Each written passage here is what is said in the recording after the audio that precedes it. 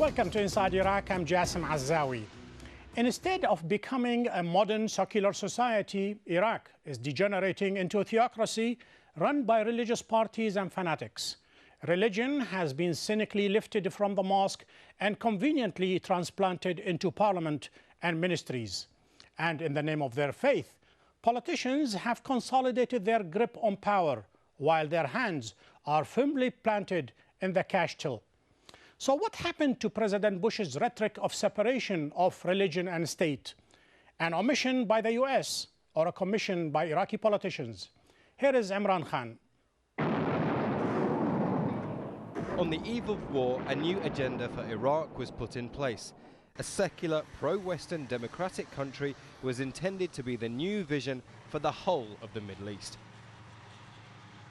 After the occupation, its beacon was Iyad Alawi, a secularist, seen here being sworn in as the interim leader. This was the high point for the American dream, but it was quickly dashed by the rise of Shia groups who wanted a religious-style government. And when Iraq went to the ballot box, they almost got it. Noor al-Maliki, a Shia figure backed by the religious Shiite Sadr bloc, gained entry to the corridors of power predicated on religious loyalty. Religious observers are worried about this development. Unfortunately, this phenomenon became a fact after the American occupation. Iraq has been converted from a state depending on the Ba'ath Party into a state which now depends on a group of religious men, only representing one side of Islam, Shia. The challenge now facing Iraq is how to balance mosque and state and bring security to the country. Detractors charge that the Iraqi parliament has passed many laws based on religion, and that will cause more strain on a society already fractured. Secular philosophy aims to separate religion from state. Most of the Arab world are Muslims. Unfortunately, the Republican regimes in the Arab world have all adhered to European ideology, divorce between religion and state. Ultimately, Iraq must gain some balance between theology and power. The secularists want a clear separation between religion and government. The dominant Shiite parties want the opposite. Prime Minister Noor al-Maliki needs the Sadr religious bloc to stay in power. Najaf is now more powerful than Baghdad, and Grand Ayatollah Al-Sistani is today the most powerful man in Iraq. President Bush has opened Pandora's box with his invasion of Iraq. His vision for a secular country seems to be fading by the day. The question is now how much politics and how much religion does Iraq need to become a stable, secure country? And the balance seems firmly tipped towards religion. Imran Khan for Inside Iraq. To discuss the relationship between religion and politics in the new Iraq, I am joined from Washington by Phyllis Bennis, a fellow at the Institute for Policy Studies, and from London by Mundhir A'zami, a research fellow at London's King's College, and from Baghdad, Ali Ad-Dabbagh, spokesman of the Iraqi government. Welcome to Inside Iraq. Phyllis Bennis, looking at Iraq right now, it looks like it's degenerating into semi-theocracy. This is not exactly what President Bush had in mind when he invaded Iraq and he wanted a modern secular society. I'm not sure that the analogy to Iran is correct. I think there are many differences, and it's important that they not be conflated. But there's two important points here. Number one is that when people are under military occupation, and that still is the case in Iraq, government or no government, they still are occupied by 160,000 foreign troops. That's when people become desperate. The level of violence is rising. The social services have collapsed. Food, electricity, water, security, all are in short supply. That's when people begin to turn inward. They turn back to smaller identities. And inevitably, we saw it in Gaza, in the Palestinian territories, when things began to get very bad under occupation, people turned towards religion, even though they had been very secular. The same is true in Iraq. It had been a very secular society, despite the repression, in many ways because of the repression. Secularism had been on the rise, but people return to religious identity when they're feeling desperate. The other reason, though, that I think we have to be very clear is that the U.S. occupation policies themselves particularly the policies of Paul Bremer, when he was acting as the proconsul, if you will, of the, as the king of Iraq during his years as the head of the Provisional Authority. His role was to establish parties that were based on religious and sectarian identities. So he put in place, representing the Bush administration, a system that was guaranteed to exacerbate religious tensions, ethnic tensions, and these smaller identities, almost destroying the national identity as Iraqis that had been so powerful for so long in Iraq. That is one explanation, منذ الأعظمي في London. 70 years of secularism in Iraq, it seems they have fallen by the wayside. Was this a deliberate effort by the newcomers, by the new politicians, or basically this was just somebody is filling the vacuum using religion and exploiting it? Well, I don't think it is right to call these parties religious. They are not Muslim parties, they are sectarian parties. And the whole thing is, I mean, the whole analysis your commentator started with seems to be slightly off the mark. It is not theocracy, it is rule of narrow sectarianism, where religion, or part of the religion, being used for gain by a small number of people. The reason the secular vision, so-called, of the new cons did not materialize in Iraq is that there is no social base for these exiles. What happened is that people inside the country who have some social base, which under the dictatorship of the Ba'ath did not have many avenues apart from the mosque, whether it's Sunni mosque or Shi'i mosque. So in the end, is the people who actually collaborated with the occupation, which get into power, they are using religion, they are not religious. This is my point.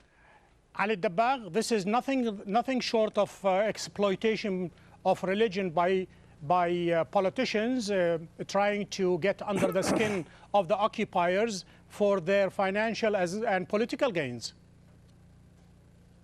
Yeah, I think in Iraq we overcome this problem of having a religious state, as the constitution had drawn a certain map that there will be no slipping down to anti-religious state. At the same time, the respect and of the principle of the democracy. There is a certain balance.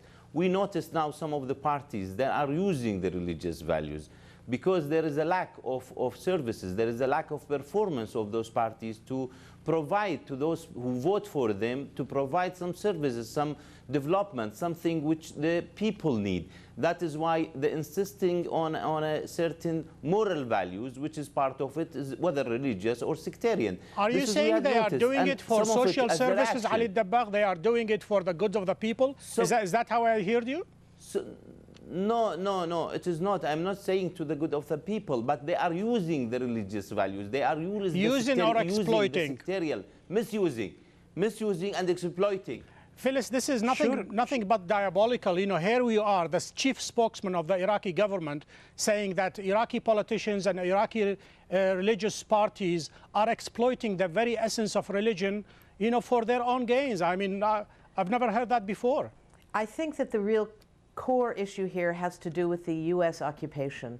The parliamentarians, the government in Iraq is holding a tiny amount of derivative power. It is not, I'm sorry to the spokesman, but this is not a sovereign government that makes its own decisions. This is a government that remains in power, was protected, placed in power, the structures of it, despite the vote. Clearly, Iraqis want an independent, sovereign democracy. The famous sign holding up the fingers covered with ink remains a potent symbol of what Iraqis want. That doesn't mean that the United States has allowed them to have it. And I think we need to be clear that the notion that the neocons and the Bush administration who led this war were so committed to a division of church and state, I think really is not a reflection of what they stand for. If you look at what they're trying to do in the United States, the return of the role of religion in the state is a very powerful part of the Bush administration. Mundir? I think this is very important. Phyllis's point that there is a religious fundamentalist position within the American administration, and they seem to be happier to push the same kind of things in Iraq. But from the point of view of most Iraqis, we see Iraq slipping back to the Middle Ages. This is the promise which was made back in 1991 in that war, that Iraq will be pushed back and bombed back into the Middle Ages. Now it is bombed back deliberately in cultural terms, in education terms. You know, somebody was, a professor in Baghdad University told us the other day that not a single textbook have been given to the Iraqi universities. There's nothing of the civil society being supported by the Bush administration. So the Bush administration may not have had any vision of secular rule. Probably there is a vision or a competing vision within the administration of dividing the country into sectarian or smaller bits, into actually obliterating it. I mean, from Iraqi perspective, it's either a secular government which is allied to the United States and subservient to it, or it could be devastated. Ali Dabbagh, Phyllis mentioned that there is almost a deliberate effort started by Paul Bremer and is still continuing for the marginalization of the nationalist as well as the secularist. From your position and from the past 4 years, is that deliberate by the religious parties, by Siri and Da'wah and Fadila, or is it just simply you guys are filling a vacuum? See, it is a choice of Iraqis to choose whatever they want to live, the way which they want to live, whether they want a religious state, which is not, definitely, because they had choose a moderate. Most of the Iraqis, the majority of the Iraqis are moderate. It's not extremists. They are not looking to have. And even His Eminence, Ayatollah Sistani, which is a top leader of the religious Shia, he is not calling for any religious state. So none of the people are calling. They are, as I said, due to the problems which we have, that some of the parties now, they are using or reacting. Now, it is not a Paul Bremer or even Bush administration is not a choice of the administration to divert Iraq to any sort of religious or non-religious state. It is a choice of Iraqis, and Iraqis have chosen the way. Now, the problem what we have now, sorry to interrupt. The whole of the political structure is being done under the constitution and the rules dictated by Bremer. So everything is within those rules, even though that Ayatollah Sistani was against it. Ayatollah Sistani originally was against what Bremer was saying, but he was dissuaded. Yes. Somehow the whole thing was manipulated. Right. So everything has become under this sectarian quota. And the sectarian quota is what's killing Iraq now. It has to be got rid of. We have to get rid of the sectarian quota. Let me stop you for just a second. Let me take a short break, and then we come back. We will continue this discussion. Stay with us.